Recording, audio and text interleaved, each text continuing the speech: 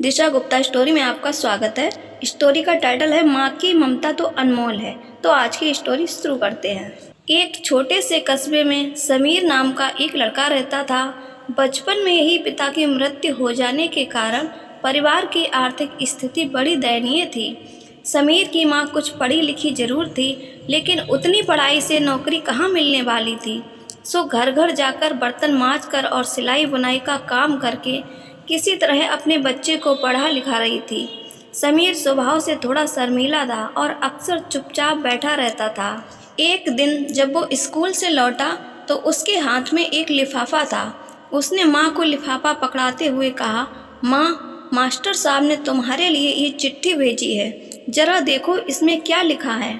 माँ ने मन ही मन चिट्ठी पढ़ी और मुस्कुराकर बोली, बेटा, इसमें लिखा है कि आपका बेटा काफ़ी होशियार है। इस स्कूल के बाकी बच्चों की तुलना में इसका दिमाग बहुत तेज है और हमारे पास इसे पढ़ाने लायक शिक्षक नहीं है, इसलिए कल से आप इसे किसी और स्कूल में भेजें। यह बात सुनकर समीर को स्कूल न जाने का दुख तो हुआ, पर साथ ही उसका मन आत्मविश्वास से भर गया कि वो कुछ खास है और उसकी बुद्धि तीव्र है।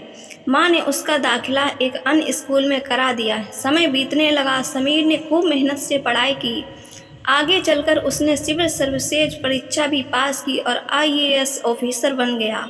समीर की माँ अब बूढ़ी हो चुकी थी और कई दिनों से बीमार भी चल रही थी और एक दिन अचानक उनकी मृत्यु हो गई। समीर के लिए ये बहुत बड़ा आघात था। वह विलक विलक कर रो पड़ा। उसे समझ नहीं आ रहा था कि अब अपनी माँ के बिना वो कैसे जिएगा। रोते रोते ही उसने माँ की पुरानी अलमारी खोली और हाथ में उनकी माला, चश्मा और अन्य वस्तुएं लेकर चूमने लगा। उस अलमारी में समीर के पुराने खिलौने और बचपन के कपड़े तक संभाल कर रखे हुए थे। समीर एक एक कर सारी चीज़ें निकालने लगा और तभी उसकी नज़र एक पुरानी चिट्ठी पर पड़ी। दरअसल ये वही चिट्ठी थी जो मास्टर साहब ने उसे 18 साल पहले दी थी। नम आंखों से समीर उसे पढ़ने लगा। आदरणीय अभिभावक, आपको बताते हुए हमें अफसोस हो रहा है कि आपका बेटा समीर पढ़ाई में बेहद कमज़ोर है और खेल कूद में भी भाग नहीं लेता है। जान पड़ता है कि उम्र के हिसाब से समीर की बुद्धि विकसित नहीं हो पाई है, अतः हम इसे अपने विद्यालय में पढ़ाने में असमर्थ हैं।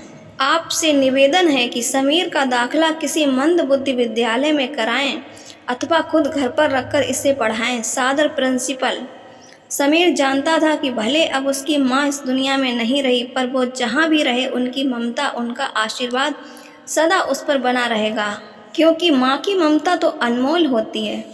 तो गाइज़, अगर आपको हमारी स्टोरी पसंद आई हो तो please like, share and subscribe करना ना भूलें। Thank you so much.